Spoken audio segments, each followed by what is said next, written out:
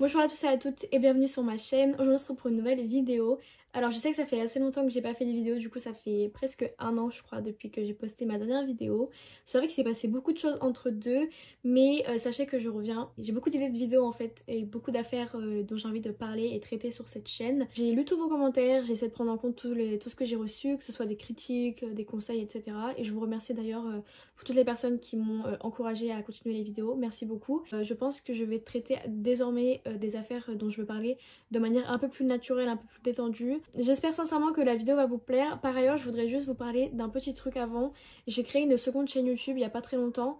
Je me suis enfin décidée à faire une chaîne YouTube publique qui était dirigée plus à ma vie personnelle, donc avec mes voyages, des vlogs, ma passion pour la lecture, etc. Donc si jamais ça vous intéresse, je vous mettrai ma seconde chaîne dans la description.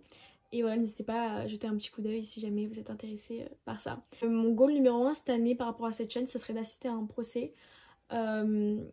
Et de vous faire un petit compte rendu après de l'affaire, etc., de ce qui s'est dit pendant le procès, parce qu'il y a vraiment beaucoup d'informations pendant le procès qui sont pas données par les journalistes après, parce que on donne un petit peu le minimum, quoi, le nécessaire pour comprendre l'affaire, mais il y a tellement d'informations qui sont données dans les procès au niveau des témoignages, des preuves, etc. C'est incroyable. En tout cas, aujourd'hui je reviens vers vous pour parler d'une affaire qui m'a un petit peu choquée honnêtement. C'est une affaire qui s'est passée dans ma région, du coup ça m'a un petit peu chamboulée on va dire lorsque j'ai fait mes recherches. Donc comme c'est une affaire qui s'est passée pas loin de chez moi, je trouvais que c'était intéressant de vous en parler, d'autant que c'est une affaire qui n'a pas beaucoup fait la une dans les médias il me semble. Et comme cette chaîne elle est un petit peu dédiée à des affaires qui sont peu connues en France et dont on entend peu parler en fait, je vous parle aujourd'hui de l'affaire Slimane Amara. Enfin bref, sans plus tarder, on va parler du coup de l'affaire du jour qui est l'affaire Slimane Amara. Petite information du coup principale pour décrire l'affaire, on parlera du coup de la victime Slimane Amara qui est un Algérien qui était âgé de 41 ans lorsqu'elle a été assassinée. Du coup cette affaire comme je vous ai dit elle a eu lieu en Normandie, en Seine-Maritime plus précisément, et le crime a eu lieu entre la nuit du 3 au 4 novembre 2018 à Petit-Quevilly. Pour vous présenter rapidement la victime, et je reviendrai en détail tout au long de la vidéo par rapport à son parcours, à sa personnalité, etc. Slimane Amara était âgé de 41 ans lorsqu'il a été assassiné. Il était vendeur de voitures. Il était en couple avec Céline Vasselin, une esthéticienne avec qui il avait eu un enfant qui était alors âgé de 3 ans pendant le moment du meurtre. Quant à la chronologie des faits, alors je trouve que c'est une affaire qui s'est faite plutôt rapidement entre le moment où il y a eu l'assassinat de Slimane Amara et l'incarcération des coupables. Par contre, il a fallu attendre 4 ans avant que le procès ait lieu. Bon, je pense que ça a été retardé avec le Covid à mon avis. Mais voilà, le procès il a eu lieu en 2022. Il me semble qu'il a eu lieu en novembre 2022, du coup il y a 4 mois, 5 mois. Donc c'est au crépuscule d'une nuit froide de novembre 2018 que la brigade fluviale de Normandie se balade sur la Seine et ils vont découvrir quelque chose d'assez spécial. Ils vont repérer une bâche bleue qui sera entourée avec un scotch gris et qui flotte à la surface d'où s'écoule un liquide assez rougeâtre. Donc on suppose bien sûr du sang. Ils vont donc être interpellés et vont s'approcher de cette bâche et ils vont découvrir à l'intérieur des restes humains. Ils vont découvrir le corps d'un homme, mais il va manquer certaines parties. Par exemple, il va manquer les mains, un pied, une jambe, la tête, qui seront tous retrouvés plusieurs jours plus tard. En effet, c'est 3 jours plus tard que la police va retrouver le mollet et une des mains à quelques kilomètres dans une poubelle qui sera localisée près de leur. Alors ça c'est quelque chose qui est quand même assez important, mais le coupable qui a assassiné Slimane Amara était persuadé que il n'était pas enregistré auprès des services de police et donc que même si le corps était retrouvé, l'ADN ne pourrait jamais matcher avec les archives de la police et donc qu'on ne devinerait jamais que c'était lui. Mais il s'avère que 20 ans auparavant, Slimane Amara a déjà été en conflit avec la police pour outrance à agent ou violence envers un agent, violence envers la police quoi. Et donc ses empreintes digitales étaient renseignées, il avait un casier judiciaire. Donc c'est un petit détail qui peut être insignifiant, qui peut paraître au final assez néfaste on va dire parce qu'avoir un casier judiciaire c'est pas très positif. Mais c'est grâce à cette altercation entre Slimane Amara et la police 20 ans auparavant qu'il a pu être identifié aussi rapidement malgré les sections qui ont été réalisées sur son corps, malgré le fait que son corps a été dispersé en plein de morceaux dans le fleuve, etc. La police va donc vite se diriger vers Céline Vasselin, sa conjointe avec qui il vit depuis quelques années, et il va être d'autant plus interpellé par le fait que Céline n'a pas signalé sa disparition. Et là ils vont se dire bon, il y a quelque chose qui cloche, et comme dans beaucoup d'affaires c'est les proches de la famille qui sont en fait les coupables, la police va directement se rendre au domicile de Slimane Amara et de Céline Vasselin pour l'interpeller, l'interroger au commissariat.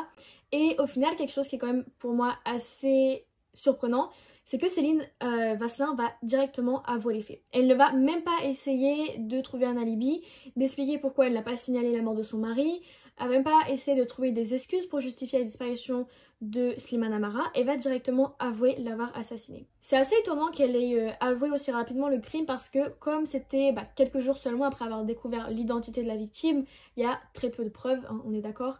Même si c'est la principale suspecte du fait que c'est sa conjointe et qu'elle n'a pas signalé sa disparition, il y a peu de preuves envers elle et elle avait franchement la possibilité de rentrer chez elle le soir même. Peut-être qu'elle aurait été réinterrogée plus tard bien sûr, mais le fait d'avouer directement le crime comme ça, c'est relativement étrange et je trouve que ça en dit beaucoup sur l'enquête. Donc lorsqu'elle est interrogée, Céline Vasselin va avouer directement le crime et elle va donner une première version des faits. Dans cette première version des faits, elle y explique que Slimane Amara et elle auraient eu une violente dispute dans la nuit du 3 au 4 novembre et qu'il aurait été alcoolisé. Bref, il était extrêmement violent envers elle, elle aurait pris peur. Elle aurait donc préparé des toasts dans lesquels elle aurait écrasé du Seresta, qui est un anxiolytique qu'elle se serait procuré auprès de SOS médecins, et donc un anxiolytique qui sert à droguer et à rendre inconscient en fait la victime. Elle dit en fait aux policiers qu'elle voulait absolument qu'il dorme parce qu'il était violent, parce qu'il était dangereux, qu'il présentait un danger pour elle et pour son fils. Mais l'homme aurait continué à être violent, à être agressif et menaçant envers elle, et elle aurait donc planté un coup de couteau dans la gorge pour se défendre. Voilà, c'est ce qu'elle explique aux policiers et elle va avouer du coup par la suite, après l'avoir assassiné, qu'elle aurait découpé son cadavre en plusieurs morceaux et qu'elle s'en serait débarrassée dans la Seine et dans l'Eure. Mais à ce moment-là, lorsqu'elle donne sa première version des faits, elle précise bien avoir agi seule. Mais après avoir donné cette première version des faits à la police, celle-ci a un petit peu du mal à y croire parce qu'en fait ils vont retrouver sur le téléphone de Céline beaucoup d'appels qui ont été passés la journée du 3 novembre, donc la journée du meurtre, avec une certaine Jessica Adam. Interpellée par ces nombreux appels, la police va bien sûr se diriger vers cette piste-là comme une deuxième suspecte et ils vont l'interroger et l'amener au commissariat. Quelque chose qui est d'autant plus étonnant pour moi, c'est que lorsque Jessica Adam, qui est donc une amie et une cliente de Céline Vasselin, sera interrogée au commissariat, elle va instantanément avouer avoir assassiné Slimane Amara. Et sans se concerter, les deux en fait vont avouer avoir assassiné Slimane Amara. Jessica Adam, quand elle est interrogée par la police, elle va donc directement avouer avoir assassiné Slimane Amara et elle va donc donner à la police une seconde version des faits, qui sera donc la version des faits véritable. Donc lorsqu'elle est arrêtée, Jessica admet donc avoir participé à l'assassinat de Slimane Amara et elle livre à la police tout le plan criminel qu'elle a mis en place avec Céline Vasselin. Elle explique que quelques jours avant le meurtre, les deux jeunes femmes seraient parties dans des magasins de bricolage afin d'acheter du matériel. Matériel qui bien sûr sera utilisé pour assassiner Slimane Amara. Je vous donne un petit peu les détails de ce qu'ils ont acheté parce que vous allez très vite comprendre que c'est vraiment du matériel purement criminel en fait, même si c'est du matériel de base de protection et utilisé pour les travaux etc. Dans ce cas-ci c'était utilisé pour assassiner Slimane Amara et se débarrasser de son cadavre. Elles auraient donc acheté une hachette, une scie, une bâche de protection, un hachoir à viande sur le bon coin. Elles se seraient munies de gants, de combinaisons blanches, de masques et de charlottes. En soi, les masques, les charlottes, les combinaisons blanches, bon, ça pourrait passer pour autre chose, mais bon, acheter dans la même journée une hachette, une scie et un hachoir à viande, c'est extrêmement suspect, d'autant plus que ça s'est fait quelques jours avant le meurtre de son conjoint. Donc Jessica va donc leur livrer les achats qu'elles ont réalisés, un petit peu comme une preuve que c'est bien elles qui l'ont assassiné, mais aussi je pense comme une façon de dire à la police qu'elle n'est pas seule et qu'elle a bel et bien agi avec Céline Vasselin. Jessica explique donc qu'après s'être équipée dans les différents magasins avec Céline Vasselin pour préparer ce projet criminel, elle se serait donné rendez-vous le soir du 3 novembre à 20h. Donc quand Jessica arrive à l'appartement de Céline, Slimane est donc inconscient, complètement drogué sur le sol du salon et elles vont s'équiper. Donc elles vont commencer à porter leur combinaison blanche, leur charlotte, leur protection on va dire pour commencer l'assassinat en fait. À mon avis elle portait ces protections là pour ne pas recevoir de sang de Slimane afin qu'il n'y ait aucun ADN sur elle, sur leurs vêtements etc. et surtout dans l'appartement. Donc Céline Vasselin, l'esthéticienne, aurait donc commencé par poser une serviette sur le visage de Slimane. Alors je n'ai pas trop compris pourquoi. Peut-être pas pour voir son visage lorsqu'il meurt, je ne sais pas du tout. Donc elle aurait posé une serviette sur son visage. Et à ce moment-là, c'est Jessica Adam qui va porter le premier coup avec une hachette et qui va lui transpercer le cou. Et là c'est quelque chose qui est extrêmement traumatisant pour moi, enfin quand j'ai lu l'affaire ça m'a traumatisée parce qu'en fait je me suis imaginé toute la scène en tête et ça me reste dans l'esprit. Mais donc quand Jessica va porter le premier coup avec la hache au niveau de la gorge de Slimane, celui-ci va être réveillé dans un sursaut. Slimane, je pense que quand il se prend ce coup dans la gorge, il doit être complètement bouleversé. Déjà parce que il était drogué, donc il était inconscient, donc son esprit il doit pas être vraiment capable d'analyser la situation, de comprendre ce qui se passe, parce que son corps il doit être complètement engourdi, faible et qu'il peut pas vraiment bouger et se défendre, mais surtout parce qu'il se retrouve avec la gorge transpercée, donc il doit être en train de se vider de son sang. Mais d'après les récits qui ont été donnés par les deux femmes, Slimane se serait réveillé en sursaut après avoir eu ce coup dans la gorge et il se serait mis à crier. Et là, vraiment, le fait qu'il soit mis à crier, etc., moi, ça me déchire le cœur, honnêtement. Juste de savoir qu'il s'est réveillé en pleine panique. Et il devait y avoir deux femmes sur lui. Et il avait une hache dans la gorge. Et je pense que c'est juste instinctif du corps humain de réagir de la sorte. Donc d'essayer de bouger, d'essayer de se défendre, d'essayer de crier, d'essayer de demander de l'aide. Mais bon, bien sûr, avec le choc qu'il a pu subir avec la hache dans la gorge et son état un petit peu semi-inconscient avec la drogue, je pense qu'il était dans tous les cas condamné, on va dire. Il pouvait pas faire grand chose dans tous les cas. Je pense que ce coup qui a été porté à la gorge il devait pas être très précis, mais il a dû quand même bien l'atteindre et la carotide etc c'est mortel.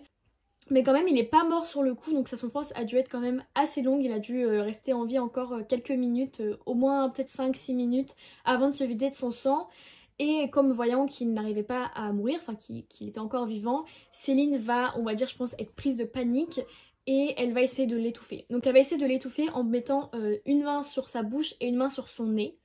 Donc elle n'arrive pas à l'étouffer. Je pense qu'il devait peut-être se débattre, peut-être que avec le sang qui giclait ça devait peut-être l'empêcher de... Enfin je sais pas.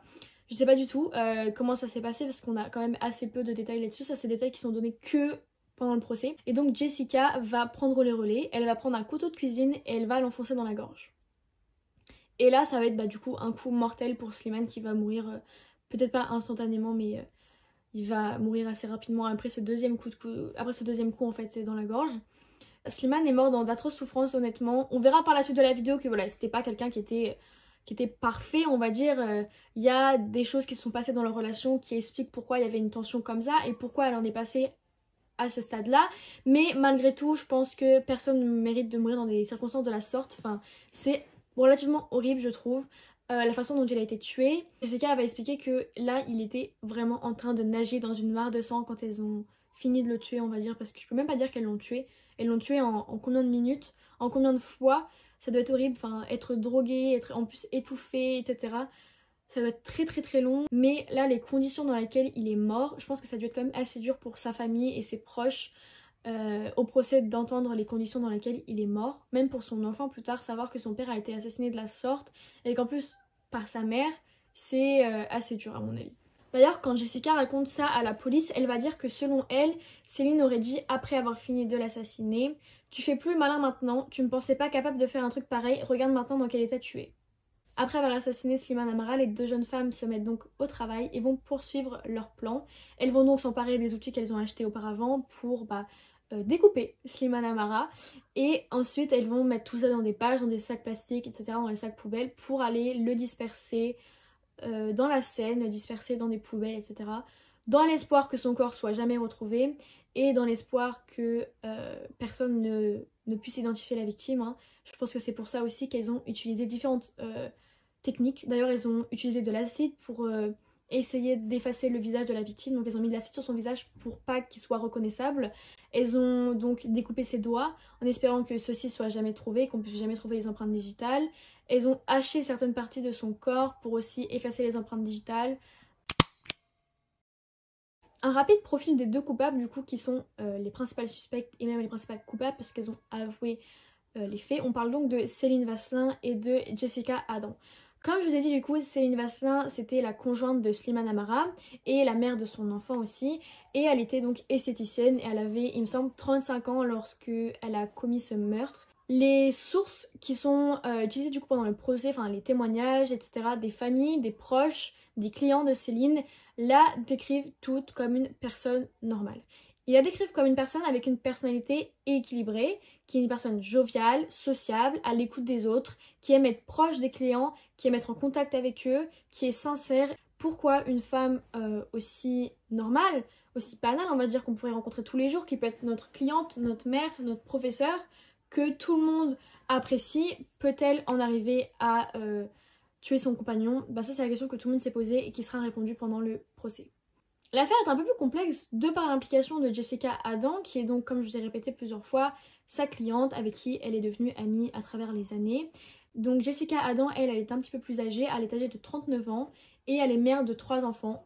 À savoir pendant le procès qu'il y a toujours, enfin en tout cas je crois toujours, l'intervention d'un expert psychiatre qui va donc intervenir, prendre la parole et parler de la stabilité mentale des coupables, voire même peut-être des victimes s'il s'agit d'un viol ou etc. Pour Céline, elle va donner un profil qui est quand même assez normal. Céline, elle ne souffrirait d'aucun trouble psychologique qui pourrait expliquer cette violence. Elle ne souffre d'aucune envie de dangerosité, aucune envie de meurtre, aucune envie de violence, et qu'elle aurait agi sous un acte de folie temporaire et sous le coup de la peur. Et pour Jessica Adam, c'est totalement différent en fait parce que la psychologue, elle va plutôt déceler chez elle des traumatismes d'enfance dont je vous parlerai dans la vidéo un petit peu plus tard. Elle va déceler chez elle des choses qui pourraient expliquer pourquoi elle a fait preuve d'une telle violence, pourquoi elle a fait preuve d'une telle agressivité envers quelqu'un qu'elle ne connaissait pas tant que ça en fait, parce que c'était uniquement le conjoint de son ami. Donc tout l'enjeu du procès, là on va en parler un petit peu, c'est de comprendre pourquoi ce meurtre a eu lieu. Essayer de comprendre pourquoi ce meurtre a eu lieu, donc quels sont les motifs, et surtout pourquoi une telle violence. Ce meurtre, on ne sait pas si c'était autant planifié qu'il souffre autant, parce que peut-être qu'il pensait le tuer d'un seul coup, mais il a tellement souffert qu'on ne peut que penser qu'elle voulait le faire souffrir et qu'elle voulait vraiment se venger. Et ça va absolument pas jouer en leur faveur pendant le procès, parce que ça suggère en fait qu'elle voulait le faire souffrir, et donc déjà que c'était, bon, prémédité, ça on en avait compris, mais qu'il y avait vraiment l'envie de faire souffrir quelqu'un. Donc pour vous parler du procès, je trouve qu'il est intéressant et qu'il nous révèle beaucoup de choses. Honnêtement, j'aurais vraiment pas pu parler de cette affaire avant le procès parce qu'on n'avait vraiment aucune information. Enfin moi j'ai regardé des articles qui dataient du coup de 2018, donc au moment du meurtre, on connaissait vraiment rien. Mais donc c'est grâce au procès et aux récits qui ont été écrits pendant ce procès et publiés sur internet que j'ai pu vraiment comprendre l'enjeu du procès et essayer de comprendre les motifs des coupables. Alors le procès du coup, il est selon moi assez binaire, je trouve, parce qu'on va voir quand même qu'il y a un écart assez grand entre la peine qui était demandée et qui était de base prévue et la peine qui a été appliquée à la fin du procès. Faut savoir que les gens, quand les articles ont été rédigés, etc., quand la presse a un petit peu parlé de cette histoire, tout le monde pensait qu'elle serait en prison à perpétuité. Vraiment, beaucoup de gens étaient persuadés que ça serait à perpétuité par la violence du meurtre, de par le fait que c'était prémédité, etc. Tout le monde était persuadé que ça serait à perpétuité ou du moins une peine assez lourde. Les experts, donc bien sûr les avocats, etc., qui s'y connaissent un petit peu mieux au niveau des lois, ont pensé que ça serait vraiment entre 30 et 25 ans. 30 ans pour Céline et 25 ans pour Jessica. Mais au final, elles ne vont pas écoper d'une telle peine de prison et vont voir leur peine être allégée. On le rappelle donc, elles sont accusées de planification de meurtre, de coups à arme blanche, de découpage et dispersion d'un corps, de malmenance d'un cadavre et de préméditation surtout. Elles seront donc jugées du 14 au 19 novembre 2022, donc il n'y a pas très longtemps, comme je vous ai dit, 4 ans après les faits, et ce procès se déroulera à la cour d'assises de Seine-Maritime. Pour commencer par Céline, elle a pris la parole pendant le procès, donc elle a dû témoigner à de nombreuses reprises parce que son procès était vraiment basé sur ses relations avec son conjoint du coup et les violences conjugales qu'elle aurait subies. Quand elle va prendre la parole, Céline elle va expliquer plusieurs choses. Déjà, elle va dire qu'elle regrette énormément ce qu'elle a fait, qu'elle regrette tout le mal qu'elle a pu causer à sa famille et à Slimane, et qu'elle mérite amplement d'être sanctionnée, qu'elle mérite amplement d'aller en prison et qu'elle mérite sa sentence et sa peine. Je pense qu'il est grand temps que je vous explique la relation entre Céline et Slimane, parce qu'à partir de ce moment-là, je pense que vous allez percevoir l'affaire vraiment sous un tout autre angle vis-à-vis des violences conjugales que Céline aurait subies, vis-à-vis de leur relation, comment elle s'est détériorée et comment cette relation a pu donc mener Céline à demander de l'aide à ses proches pour assassiner son conjoint. Donc en fait ils se sont rencontrés quand Céline avait seulement 20 ans, elle venait donc de finir son CAP esthétique et c'est en rentrant chez elle d'un travail que une voiture s'arrête à côté d'elle et c'est Slimane. Elle lui fait on va dire un signe de remerciement et il fait demi-tour, mais il lui tend un papier avec son numéro de téléphone dessus, elle le glisse dans sa poche. Elle repense un petit peu à lui après en se disant c'est un très bel homme, etc. Et elle décide de le contacter avec son téléphone. Leur relation débute ainsi. C'est une relation qui se met en place assez rapidement, hein. Je crois qu'ils s'embrassent au bout de quelques jours seulement et s'installent au bout de quelques mois ensemble. Elle décrit donc un début de relation qui est complètement idyllique. Vraiment, elle le décrit comme un prince charmant qui, malgré le fait qu'il avait peu de sous à ce moment-là, l'a traité comme une princesse. Il l'emmenait les week-ends à Honfleur, il lui payait le restaurant, il lui offrait des robes, les tâches ménagères étaient partagées au sein de la maison, donc chacun faisait son truc, etc. Tout son entourage était persuadé que c'était un très beau couple, qu'ils s'aimaient profondément, que Slimane était un garçon très sympa et qui traitait Céline de manière très bien. Slimane, lui, de son côté, se confie à sa famille en disant qu'il était très heureux d'avoir rencontré Céline, parce que même si elle était un petit peu plus jeune que lui, il dit que ça fait extrêmement du bien d'être avec quelqu'un de normal, qu'elle est calme, qu'elle est tranquille, qu'elle fait pas des choses des filles cancanières, qu'elle est reposante et que ça fait énormément du bien d'être à ses côtés. Donc des deux côtés, on a un récit qui est quand même très positif. Céline est très contente d'avoir rencontré Slimane, c'est un petit peu l'homme de sa vie. Elle vit, on va dire, un parfait amour avec lui et Slimane est très content d'avoir rencontré Céline. Elle est très calme, elle est exactement ce qu'il lui faut. 3 ans après, Céline apprend que Slimane avait en réalité une fille cachée dont il n'avait jamais parlé. Et lorsqu'elle lui demande s'il la voit, il lui répond simplement que non. Donc là, c'est un petit peu, je sais pas si c'est un petit peu le choc pour Céline, mais je pense que là, ça lui dit, bon, il y a des choses que je sais pas avec mon conjoint, alors que ça fait quand même plus de 3 ans qu'on est ensemble. C'est quand même assez bizarre et ça va donner une indication sur sa relation avec les enfants et sur le fait d'être père. En 2012, soit 5 ans après avoir emménagé ensemble, ils essayent d'acheter une maison ensemble en fait, de prendre une propriété à deux. Ils veulent du coup acheter une maison à Petit-Quevilly ensemble, mais en réalité c'est Céline qui va l'acheter à 90%. Par contre ce sera Slimane qui va aider à réaliser tous les travaux au sein de la maison, vu qu'il n'a pas de travail, il enchaîne un petit peu des petits boulots par-ci par-là, il rénove des voitures etc. mais il n'a pas un travail fixe. Il est souvent à la maison et donc il veut s'occuper des travaux de la meilleure manière possible. Mais on va dire, je pense que les problèmes ils ont commencé à partir du moment où les travaux se sont mis en place dans la maison. Donc Slimane il travaille avec le père de Céline, il s'appelle Jacques il me semble. Et c'est Jacques qui va commencer à avoir un petit peu une opinion un petit peu différente de Slimane en voyant comment il parlait aux employés, aux ouvriers qui travaillaient avec les travaux. Il dit qu'il leur parlait extrêmement mal, qu'il était très agressif envers eux, très méchant, que ça a commencé on va dire à pas lui plaire et que ça l'a un petit peu alerté sur le comportement passif-agressif de Slimane. Je pense que Slimane il était extrêmement maniaque au niveau des travaux, il voulait que tout soit fait de la manière parfaite. Peut-être qu'il se sentait coupable de ne pas avoir payé pour la maison et que donc il voulait vraiment que les travaux soient parfaits pour pas être soit redevable ou surtout pour faire plaisir à Céline parce que du coup c'est elle qui avait quand même acheté la maison. Mais donc là il avait quand même un comportement qui était assez limite avec les employés. En 2014, Céline tombe donc enceinte et va révéler à Slimane qui va être du coup père. Céline avait avoué qu'elle avait l'impression d'avoir vécu toute sa grossesse seule parce que même si Slimane il l'accompagnait aux échographies etc, à la maternité, il s'en est occupé quelques jours après l'accouchement, mais à partir de ce moment-là ça a été à Céline de tout s'occuper, de s'occuper de son fils à part entière on va dire, c'était à elle de tout faire et elle n'a pas réellement senti un attachement profond de Slimane pour son fils. Par ailleurs, elle pense que donc il n'était pas très heureux d'avoir un fils, qu'il n'était pas très heureux qu'ils aient un enfant ensemble, même si elle dit que c'était un enfant désiré, donc ça c'est un petit peu bizarre. Et elle va même avouer que Slimane a refusé de faire reconnaître son enfant et que ça a été à elle de se rendre du coup à l'hôpital et de faire reconnaître son fils comme l'enfant de Slimane Amara du coup, parce que lui-même avait refusé de le faire. Elle va avouer que Slimane du coup s'est très peu occupé de son fils, en tout cas pendant les périodes après l'accouchement, et qu'il était complètement en horreur des pleurs, qu'il détestait que l'enfant pleure et qu'il partait complètement en vrille dès l'instant que son fils pleurait.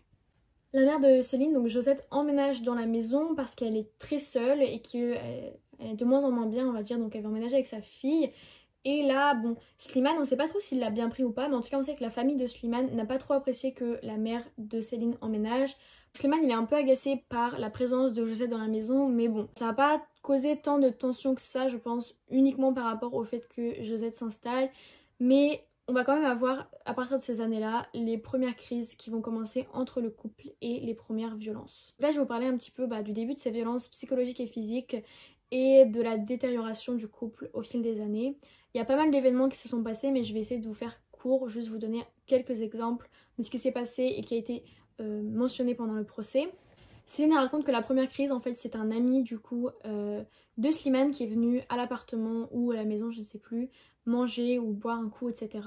Donc elle précise également que Slimane buvait énormément, qu'il était souvent alcoolisé et que ça expliquait son caractère agressif et menaçant parfois. Mais en tout cas, elle a proposé à son ami de le raccompagner s'il avait besoin parce qu'il avait sûrement beaucoup bu. Et Slimane a complètement vrillé, il a pété un câble, il était extrêmement violent, même en face de son ami et ça a commencé, on va dire, comme ça.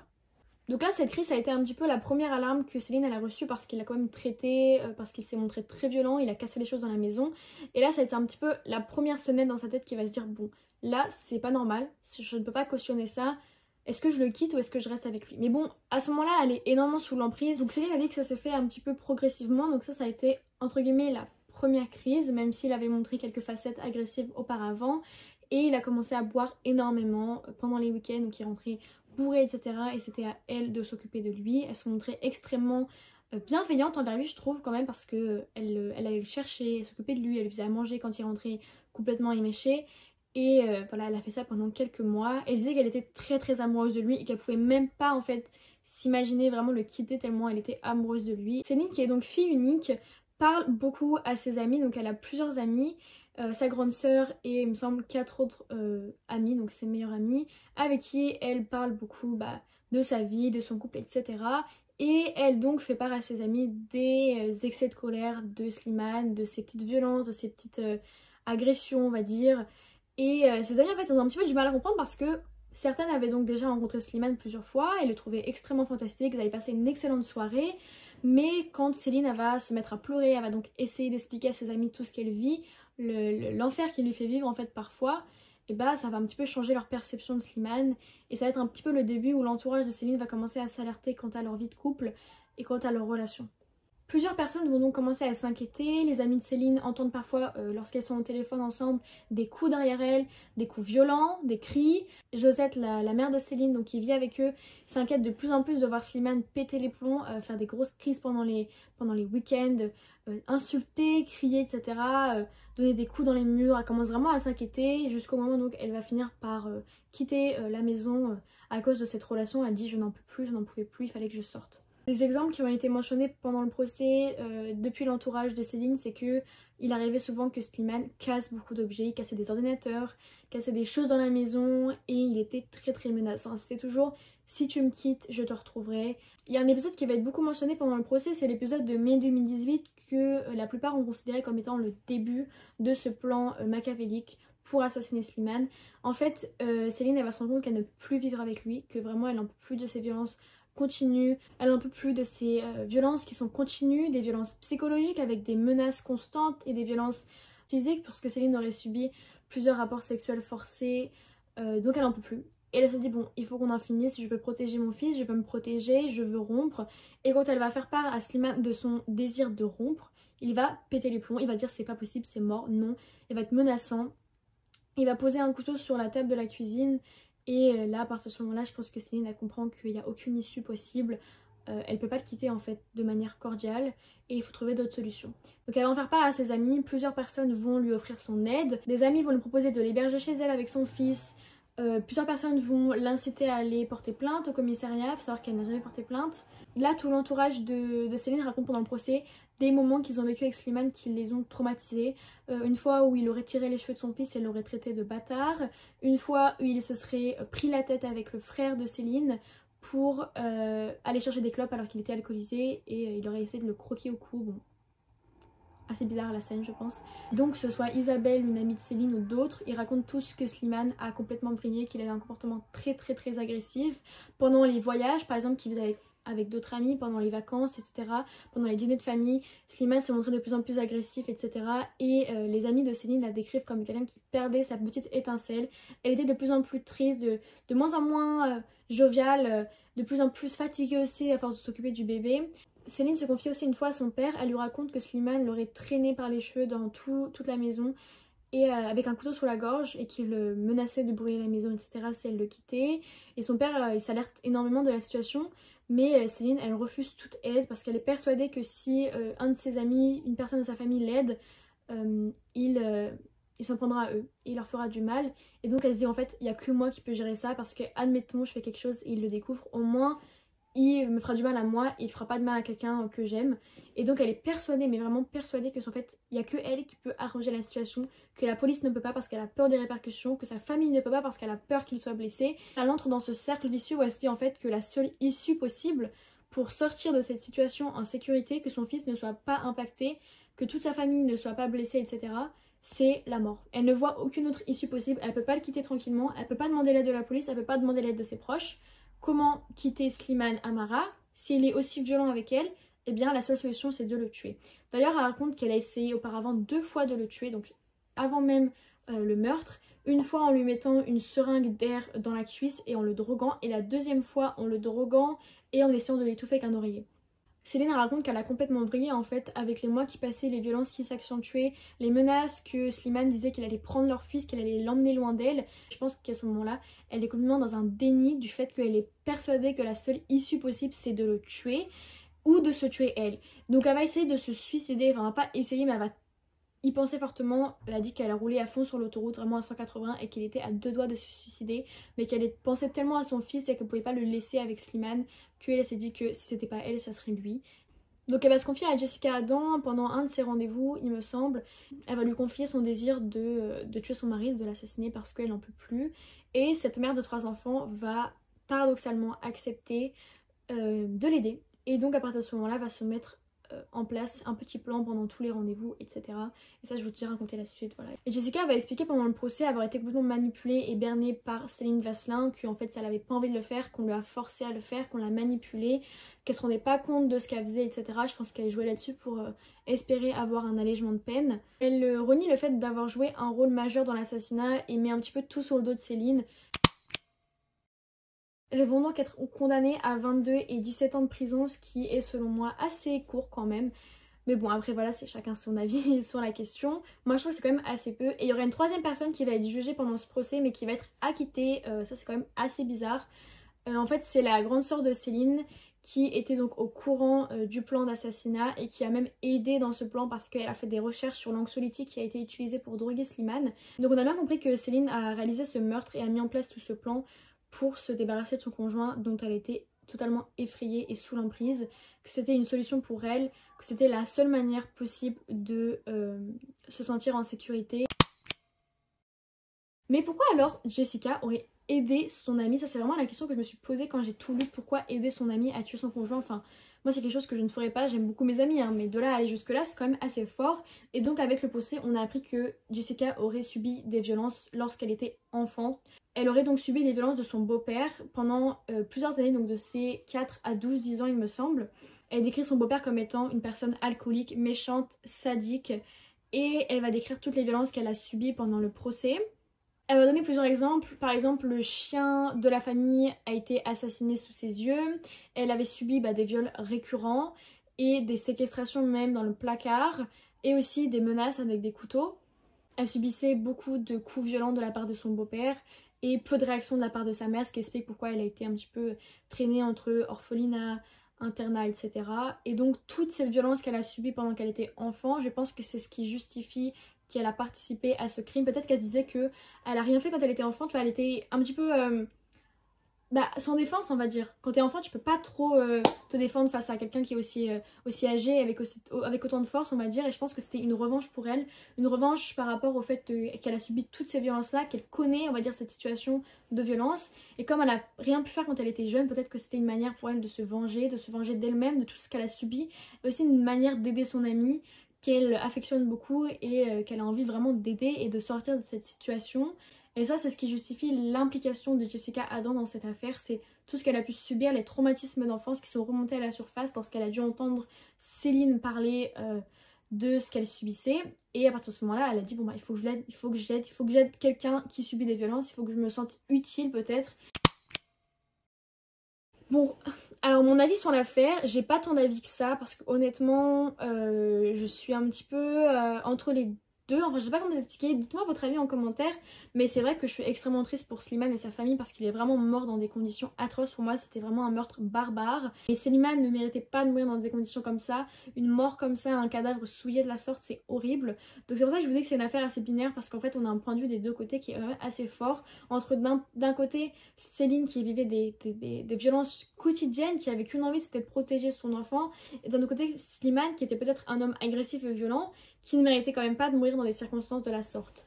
Donc c'est pour ça que c'est une affaire assez binaire, on peut pas être que d'un côté que de l'autre, il faut prendre en compte les deux côtés quand même. Et aussi l'intervention de Jessica, pour moi, elle révèle beaucoup de choses. Déjà, ça montre que voilà, elle avait un désir de vengeance qui était énorme. Et moi, je suis persuadée que Jessica avait un rôle beaucoup plus grand dans l'affaire que ça. En fait, le fait que Céline ait déjà essayé à plusieurs reprises de tuer Slimane mais qu'elle l'a jamais fait, ça montre qu'elle avait quand même des hésitations, qu'elle n'était pas sûre de son plan, qu'elle n'était pas sûre d'elle, qu'elle hésitait quand même, peut-être qu'elle avait encore de l'espoir pour leur couple. Elle avait besoin de quelqu'un pour la pousser à le faire et je pense que cette personne c'était Jessica. C'est pour moi Jessica qui a tout organisé, qui a dit à Céline voilà, il va falloir faire ça, il va falloir faire ci, il va falloir acheter ça, il va falloir s'en débarrasser comme ça. Je pense pas que ça soit Céline qui ait vraiment eu toutes ces idées là, après peut-être que je me trompe, je ne sais pas. Le fait qu'elle ait déjà voulu le tuer avant, ça révèle qu'elle avait ses envies meurtrières depuis longtemps et qu'elle savait quand même comment tuer quelqu'un. Mais à mon avis, c'est quand même Jessica qui s'est chargée de construire un plan crédible, etc. La peine de prison pour moi était beaucoup trop mince. En plus que la troisième personne a été acquittée, c'est totalement débile pour moi. Enfin, c'est n'importe quoi. La personne était clairement impliquée, peut-être pas à un niveau aussi énorme. Mais même les proches de Céline étaient au courant qu'elle préparait un projet de la sorte et personne n'a réagi. Peut-être que tout le monde pensait que c'était vraiment quelque chose qui devait se passer, qui serait bien. Mais bon, moi je trouve que tout le monde a un petit peu sa part à jouer là-dedans. En tout cas, merci à tous d'avoir regardé cette vidéo et j'essaierai de poster des vidéos de plus en plus régulièrement. J'espère que cette vidéo vous a plu. N'hésitez pas à me parler d'affaires que vous voulez que je traite si vous voulez et à me donner des conseils, etc. en commentaire. Moi je vous dis à bientôt pour une nouvelle vidéo.